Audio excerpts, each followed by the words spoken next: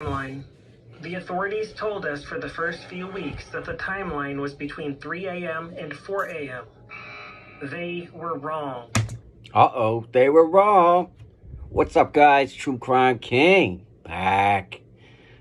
It's been a while since I've done a Crime Circus reaction. Well, it's been a while since he's done a Kohberger video. So, boom, we're starting it off with a boom on this Friday, right?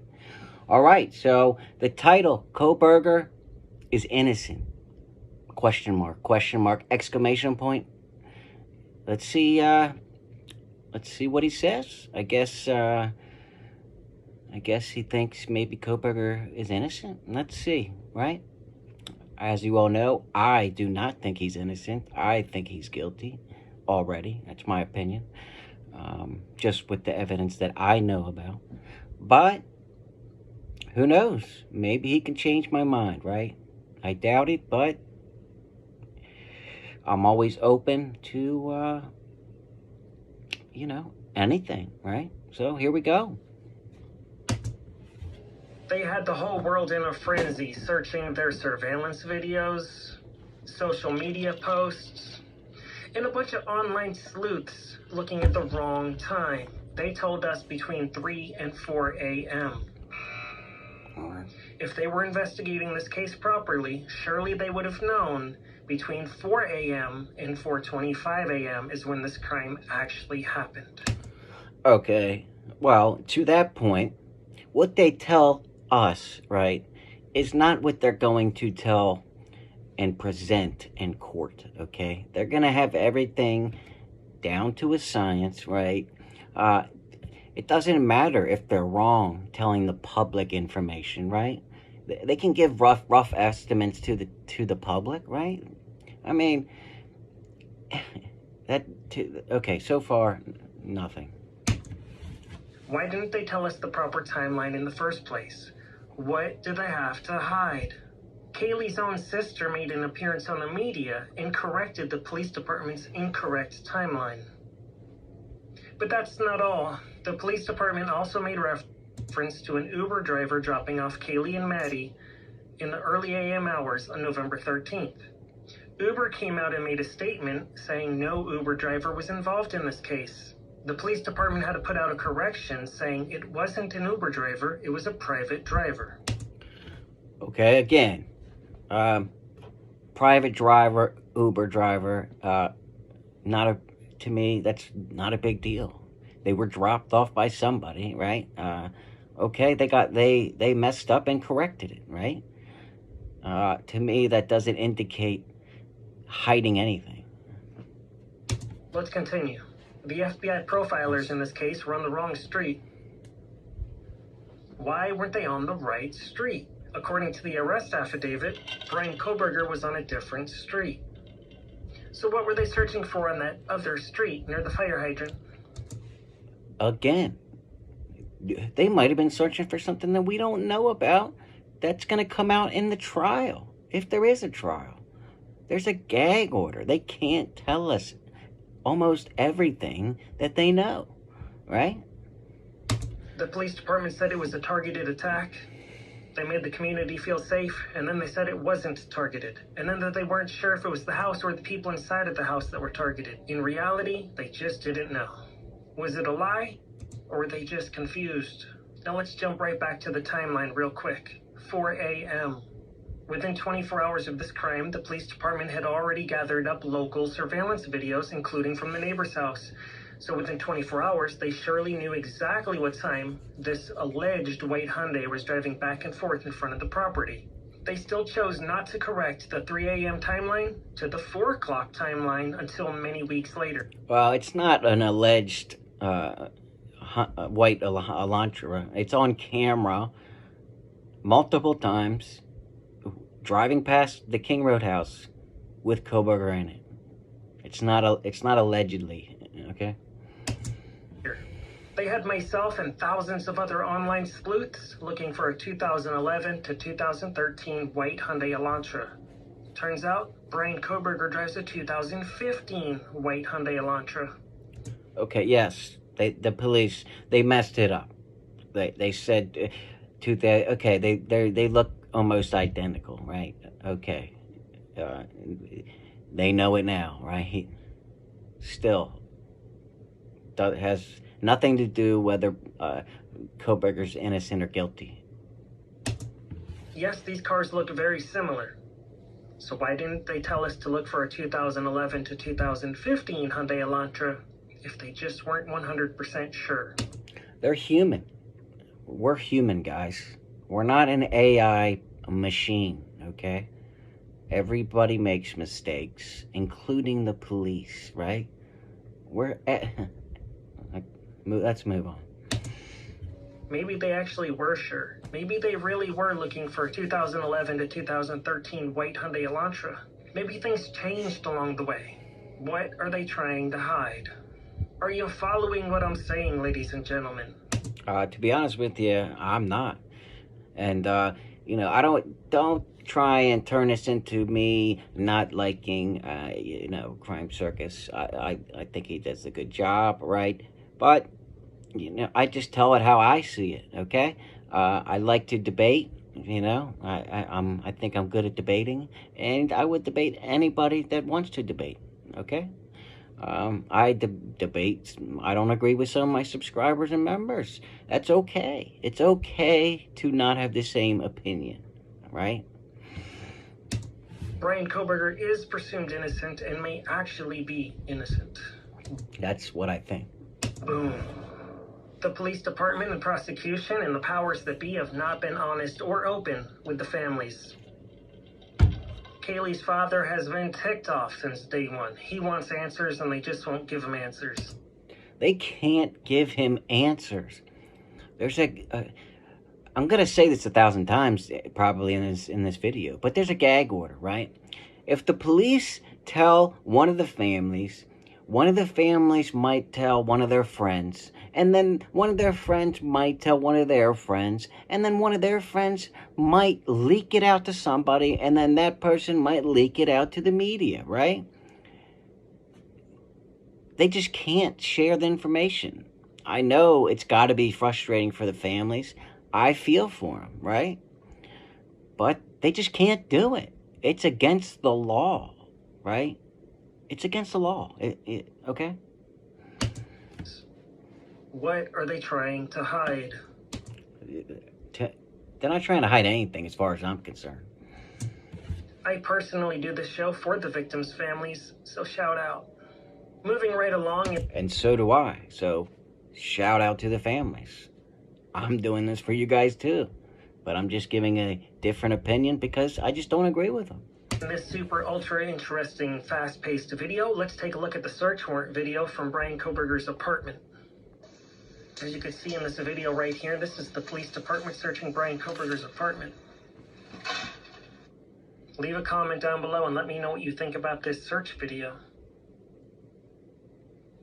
Did you see what I saw in that video? I do wonder. We didn't see anything because they're trying to hide something apparently.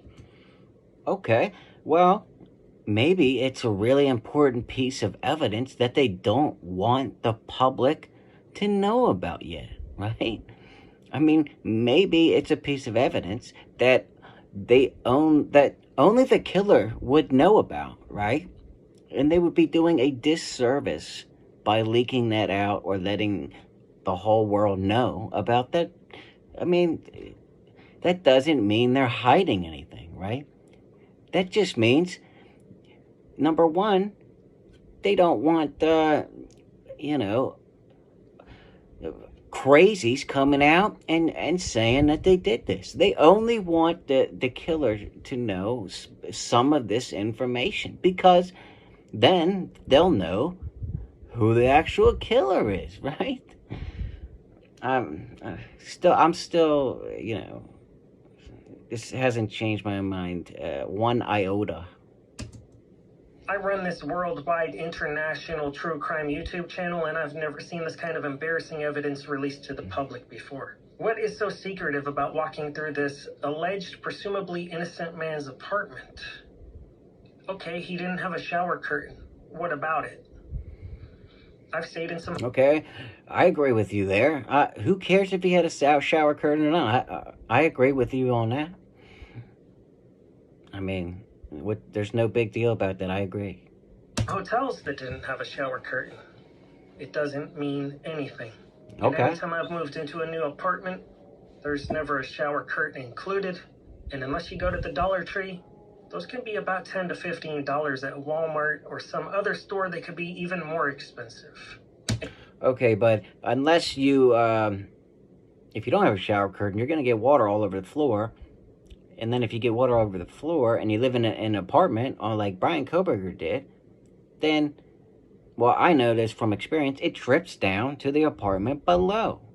So, either he had an extra shower curtain or whatever that it's called on the outside and put that inside to stop the water, or he had one of those shower heads that you can turn and move and take off, right? So then water wouldn't get all over the place. But not a big deal. And was Brian Kohberger employed? Not that we've heard, unless he was delivering for DoorDash, and that doesn't exactly pay the bills. Brian Kohberger... He was employed until he got arrested. He was working at Pullman, right? Drove a 2015 white Hyundai Elantra. He wasn't driving a white Mercedes-Benz. Maybe he couldn't afford a shower curtain. No big deal. A lot of us can't afford the simple things in life. Okay, I disagree with that totally.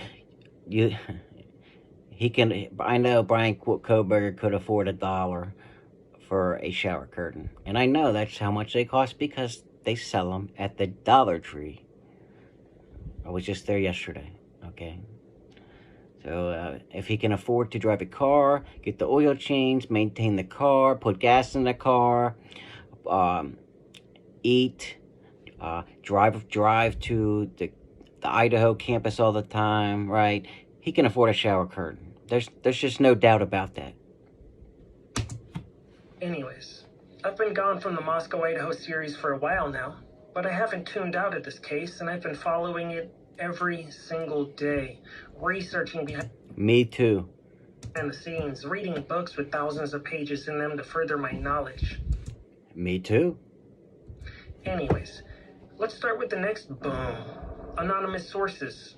Ladies and gentlemen, I know you have high IQs out there. My audience is super intelligent. You have... Okay, I totally agree with that. So is my audience. We have some of the same audience. to stop believing anonymous sources. News agencies have lost a lot of credibility in this case. Other YouTubers, they'll say anything for clickbait. You have to stop believing anonymous sources. I agree with that too. I know Tyler Feller does some clickbait with his titles. I know Drunk Turkey definitely puts out clickbait on their titles, and that's just to name a few. Anonymous sources are a big LOL. If somebody wants to make an outrageous claim, why are they anonymous? They should give their legal government name and show their face, so their friends and family can shame them if they're caught lying. Okay, I agree with that to an extent, right? Some people just don't want to be put on a big YouTube channel and then have all of these people that disagree with them, coming down on them. Some people dox people. If you don't know what that is, they call the SWAT team and tell them there's a hostage situation at their house, right? There's crazy people on the internet. So that's not uncommon at all for somebody to remain anonymous, right? But it would be better if they did come forward. But I can respect the fact that some people remain anonymous, right?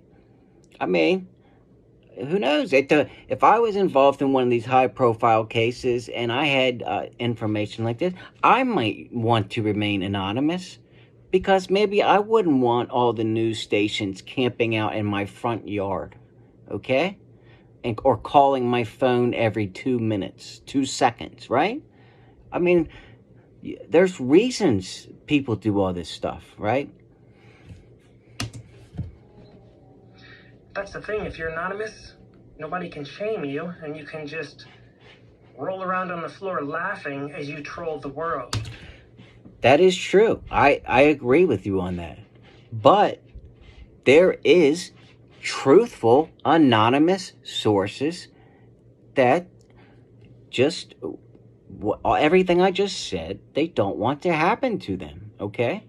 So there's two sides to both of this that both make sense. Oftentimes, anonymous sources are either trolling or even worse, completely imaginary on behalf of the news agency or YouTuber. Sometimes, not oftentimes, sometimes, okay? And sometimes they are completely credible, perfectly normal people that just want to be anonymous. And like I said, don't want everybody hounding them and calling them. And they're going to wait till the trial or the right time to give their information, right? It's just that simple. I think you're just, I forget his name, I'm sorry. But I think Crime Circus is just sometimes reaching. That's just what I think. And I'm just keeping it real with you, ladies and gentlemen, here at Crime Circus. And I always keep it real. So integrity and honesty matters. Yes, it does. That is what my whole channel is built on. Honesty and telling the truth. And that's what I do. But we have different opinions. Because I respect you, and I know you respect me. And we keep it real here at Crime Circus and the Crime Circus cult. And we keep it real here at True Crime King and the True Crime King family. For those of you that don't know, I have 2 YouTube channels. The Crime Circus cult is my second YouTube channel. This is not sponsored. Moving right along. And unless it's For those of you that don't know, I have one YouTube channel, True Crime King, and it's not sponsored either. in a court record or a court document, it cannot be trusted or believed. But what is in the court documents is Brian Kohberger's presumed innocent. And that's just how it is in the United States legal system. Totally agree. He is presumed innocent until he has his trial and is proven guilty. He hasn't had his trial yet. The evidence has not been presented. They haven't had their chance to present all the evidence. And they can't tell all the evidence because there's a gag order. And even if there wasn't a gag order, they probably wouldn't share all the information anyway, right? I mean, put yourself in the detective shoes. Why would you want to tell everybody all the evidence you have, right? I mean, that wouldn't make any sense. I'm not making it up. Either am I. Anybody arrested is presumed innocent. Totally agree with you. Brian Kohberger hasn't been convicted of any crimes. Do you think Yes. it's possible that Moscow PD was too busy busting underage drinkers and people that put up stickers around town? No, I do not. I think the FBI was called into, and they were helping with this, and every agency that they had available was on this case, and the Moscow PD had everybody working on this case 24/7 as much as they could. Okay, they're in my opinion, if they tried to hide something in this, it would already have been brought out, right? I mean, somebody from the inside would have already said something about it. That doesn't make sense. Why would they try and hide something anyway, right? There's a gag order. They cannot tell everybody all the information, all the evidence. It is against the law. I just don't know what he doesn't understand about this. That's right, there's something known as Stickergate in Moscow, Idaho, and that case dragged on for years because the father and son team put up stickers around town, and the police and prosecution did not like that. Who knows how much money that ended up costing the taxpayers and attorney fees, and in the end, it did not end well for the defendants in Stickergate. But maybe we can talk about that another time. Yes, please. Anyways, was there a rush to solve this case? Maybe find a patsy from out of town that was a loner? Somebody that would... Brian Kohberger was not out of town. He was a 10-minute drive away. He was always at the University of Idaho, according to students from the University of Idaho that saw Kohberger there all the time, even though he didn't even go there or wasn't even employed there. He had no business being there. He was caught on camera multiple times driving past the King Road house. Okay, I mean, come on. Would be an easy person to pin it on. To me, this is just ridiculous. They got the DNA from the button on the knife sheath, right? Then they matched that to his father on the genealogy website, okay? Then in Pennsylvania, the cops were following Kohberger. They got his DNA from his trash, and it was 100% match to Brian Kohberger. That's it. And for those of you that are just saying, oh, it's touch DNA, and it must have just magically flew underneath the button, that is total baloney. Okay? First of all, look up, Google, touch DNA. Know what you're talking about if you're a creator and are going to just say, oh, it doesn't mean anything if it's touch DNA. Anybody could have touched it. That's total baloney. Okay? Especially underneath the button on the knife sheath. Okay? If it was, let's say it was on the outside of the knife sheath, then you might have a case. Maybe I would say that you had a stronger case, right? But underneath the button, you have no case, okay? That DNA didn't just magically fly under that. The button, it's always closed, right? You have to open it. It doesn't just stay open, and then you close it when you're done. That's ridiculous. So, do your research on Touch DNA creators. Thank you. I have. Or not. I don't know. Right now, we just don't know if Brian Kohberger's innocent or guilty, because we certainly haven't seen a single shred of evidence that says he's guilty. Okay, there you have it. He just said, we don't know if he's innocent or guilty, right? Like I said, I don't like my videos go much over 20 minutes. We're almost at 24 minutes. If you guys, there's still half of this video left. If you guys want me to do the second part, and I get enough comments and likes on this, I'll do a second part to the rest of this video. If not, I'll move on to something else. But let me know what you guys think. Let me know how, about everything I just said, everything he just said. And let me know how you guys are interpreting both of our opinions and where you guys are at, right? I know we have a lot of people that watch both of us. But we have just different opinions on this, and that's okay. It's okay to have different opinions, right? And that's really all I got for today. True Crime King, out.